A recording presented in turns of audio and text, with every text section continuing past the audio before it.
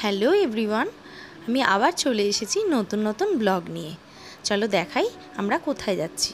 বিকেল বিকেল দুজনে বেরিয়ে পড়লাম। ও বলল চলো বসে থেকে কী হবে, চলো কোথাও একটা ঘুরে আসি। আমি গেছিলাম আমার বাপের বাড়ি ইছাপুর। সেখান থেকে অটো করে আমরা ব্যারাকপুর যাচ্ছিলাম। এই চলে এসেছি ব্যারাকপুর স্টেশন।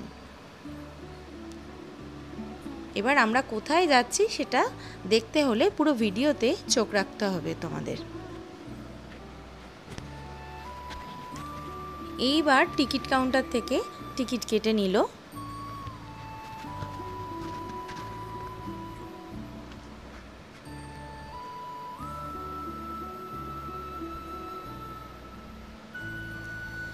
টিকিট কেটে নিয়ে আমরা ব্যারাকপুর লোকাল ধরেছিলাম।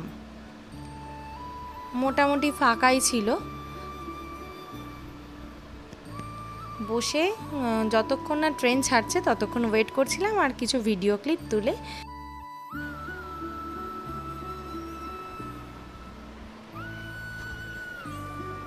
এইবার আমরা ট্রেন থেকে নেমে গেছি দমদম চলে এসেছি। এবার আমরা মেট্রো ধরেছি। মেট্রো ধরে আমরা শোভাবাজার নামলাম। নেমে গেছি আমরা শোভাবাজার।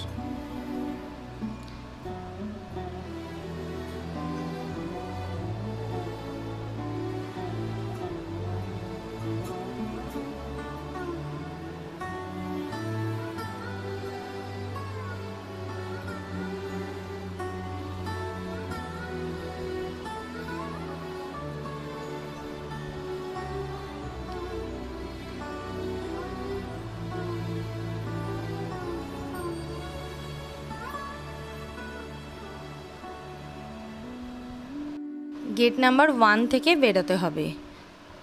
পায়ে হেঁটে 7 মিনিট মতন যেতে হবে। এবার কোথায় যাচ্ছি এটাই তো তোমাদের বলা হয়নি। 115 বছরের পুরনো ধীরেন কেবিন, খুব নামকরা একটা রেস্টুরেন্ট।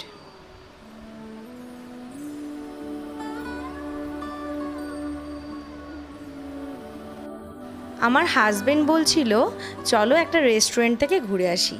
এই রেস্টুরেন্টটা কিন্তু অনেক বছরের পুরনো, প্রায় 115 বছরের পুরনো। প্রথমেই আমরা অর্ডার করে নিয়েছি মটন প্যান্থারাস নামে একটা আইটেম ছিল, সেটা অর্ডার করে নিয়েছি দুজনে। ও বলল এটা নাকি খেতে খুব সুন্দর, তো ট্রাই করলাম, ভালোই লেগেছে। একটু অন্যরকম খেতে লেগেছে, নামটাও যেরকম অন্যরকম, খেতেও অন্যরকম লেগেছে।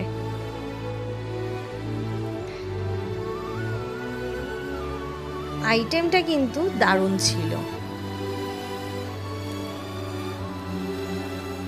তো আমরা এটা খাওয়ার পর আরেকটা ডিশও অর্ডার দিয়েছিলাম। আমার এখনো শেষ হয়নি, আমি খাচ্ছিলাম। তো খাওয়ার পর আরেকটা ডিশ আমরা অর্ডার দিয়েছিলাম।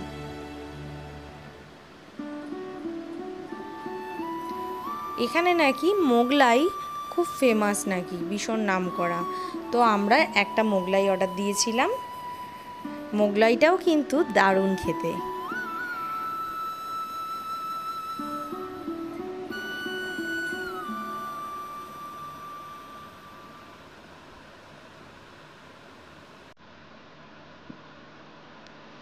এরপর আমাদের খাওয়া দাওয়া হয়ে গেছে। আমরা এখান থেকে বেরিয়ে তোমাদের সাথে শেয়ার করলাম এই ধীরেন কেবিনের খাদ্য তালিকাটা।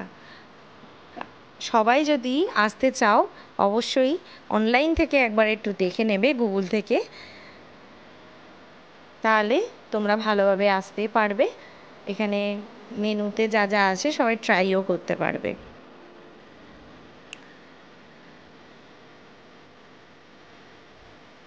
আমরা এখান থেকে বেরিয়েছি। বেরোনোর পর আমাদের ইচ্ছা ছিল বাগবাজারে যাব, বাগবাজারের ঘাটে একটু ওদিকটা একটু ঘুরবো। তো ও ফার্স্ট আমাকে বলল যে চলো শোভাবাজারে, ওখানে গিয়ে খাওয়া দাওয়া করে তারপর যাব। ওখান থেকে পায়ে হেঁটে হয়তো 15-20 মিনিট মতন লেগেছে বাগবাজার আসতে। তো আসতেই দেখলাম গোলা। আমি ওকে বললাম তো চলো একটা গোলা নেই। কালারফুল করে একটা গোলা আমাকে দিয়ে দিল।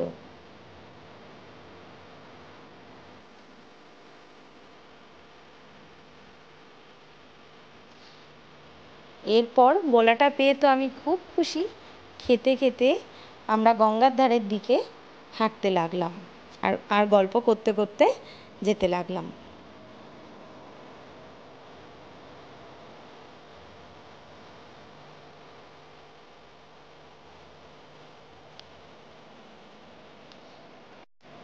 দেখো কত কেউ বসে আছে গঙ্গার ধারে। যেহেতু গরম, গঙ্গার ধারে বসে থাকলে কীভাবে যে টাইমটা পেরিয়ে যায়। এই বাগবাজার ঘাটটা আমার ভীষণ ভালো লাগে। তবে আমার বাপের বাড়ি যেহেতু ইছাপুরের ওদিকেও গঙ্গার ঘাট আছে, তো তাও এই জায়গাটা একটু ঘোরারও জায়গা এক কথায়। তো দুজনে বসে অনেকক্ষণ বসেছিলাম, পেছনের দিকে গিটার বাজিয়ে গান বাজনা করছিল।